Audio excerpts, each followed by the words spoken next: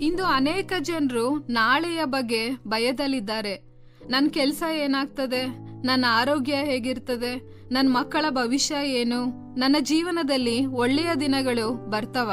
ಜಗತ್ ಹೇಳ್ತದೆ ನಾಳೆ ಏನಾಗ್ತದೆ ಗೊತ್ತಿಲ್ಲ, ಆದ್ರೆ ದೇವ್ರು ಹೇಳ್ತಾರೆ ನಿನ್ನ ನಾಳೆ ನನ್ನ ಕೈಯಲ್ಲಿದೆ. ಫ್ರೆಂಡ್ಸ್, ಒಬ್ಬ ರೈತನ ಹೊಲ ಹಲವು ವರ್ಷಗಳ ಕಾಲ ಬರದಿಂದ ಒಣಗಿ ಹೋಗಿತ್ತು.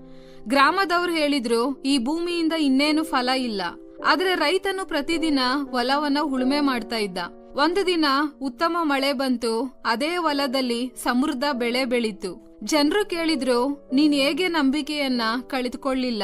ರೈತ ಹೇಳ್ದ, ಮಳೆ ಯಾವಾಗ ಬರ್ತದೆ ಅಂತ ನನ್ಗೆ ಗೊತ್ತಿರ್ಲಿಲ್ಲ, ಆದ್ರೆ ಅದ್ ಬರ್ತದೆ ಅನ್ನುವಂತ ನಂಬಿಕೆ ನನ್ಗಿತ್ತು. ಅದೇ ರೀತಿಯಲ್ಲಿ ದೇವರ ಮಕ್ಕಳು ಪರಿಸ್ಥಿತಿಯನ್ನ ನೋಡದೆ ದೇವ್ರ ವಾಗ್ದಾನವನ್ನ ನೋಡ್ಬೇಕು. ಮೊದಲನೇದಾಗಿ ನಮ್ಮ ನಿರೀಕ್ಷೆಯ ಮೂಲ ದೇವರು. ನಮ್ಮ ನಿರೀಕ್ಷೆ ಬ್ಯಾಂಕ್ ಖಾತೆಯಲ್ಲಿ ಅಲ್ಲ, ಉದ್ಯೋಗದಲ್ಲಿ ಅಲ್ಲ, ಮನುಷ್ಯರ ಸಹಾಯದಲ್ಲಿ ಇಲ್ಲ.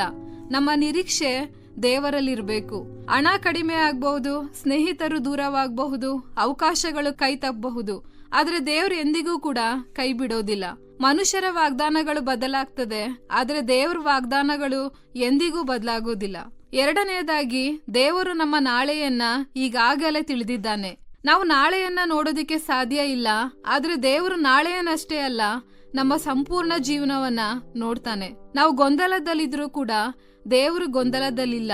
ಕೆಲವೊಮ್ಮೆ ನಮ್ಮ ಯೋಜನೆಗಳು ಫೇಲ್ಯೂರ್ ಆಗಬಹುದು, ಆದ್ರೆ ದೇವ್ರ ಯೋಜನೆ ಎಂದಿಗೂ ಫೇಲ್ಯೂರ್ ಆಗೋದಿಲ್ಲ.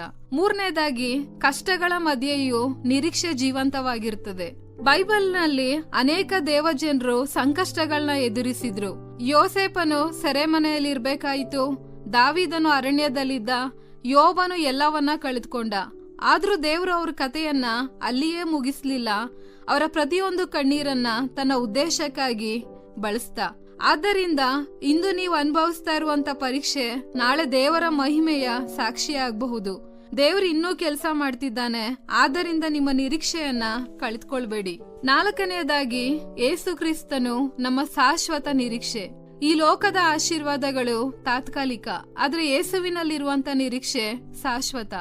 ಆತನು ಮರಣವನ್ನ ಜಯಿಸಿದನು, ಆದ್ದರಿಂದ ನಮ್ಮ ಭವಿಷ್ಯ ಸುರಕ್ಷಿತವಾಗಿರ್ತದೆ. ನಾವು ಕೇವಲ ಉತ್ತಮ ನಾಳೆಯನ್ನು ಮಾತ್ರ ಅಲ್ಲ, ಶಾಶ್ವತ ಜೀವನವನ್ನ ನಿರೀಕ್ಷಿಸುವವರಾಗಿರ್ಬೇಕು. ಐದನೆಯದಾಗಿ ನಮ್ಮ ನಿರೀಕ್ಷೆ ಯೇಸುವಿನ ಬರುವಿಕೆಯಲ್ಲಿ ನೆಲೆಗೊಂಡಿದೆ.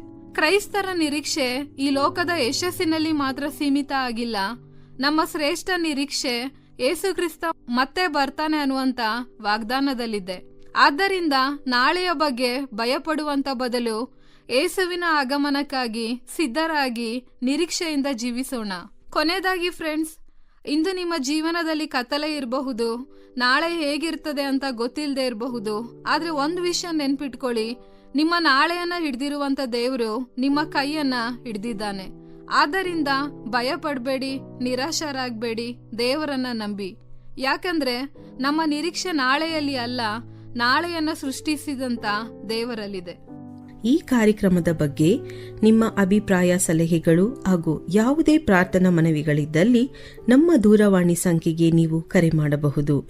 ನಮ್ಮ ದೂರವಾಣಿ ಸಂಖ್ಯೆ 9902606453.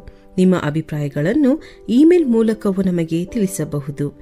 ನಮ್ಮ ಇಮೇಲ್ ID info@fibaonline.org. ವಂದನೆಗಳು.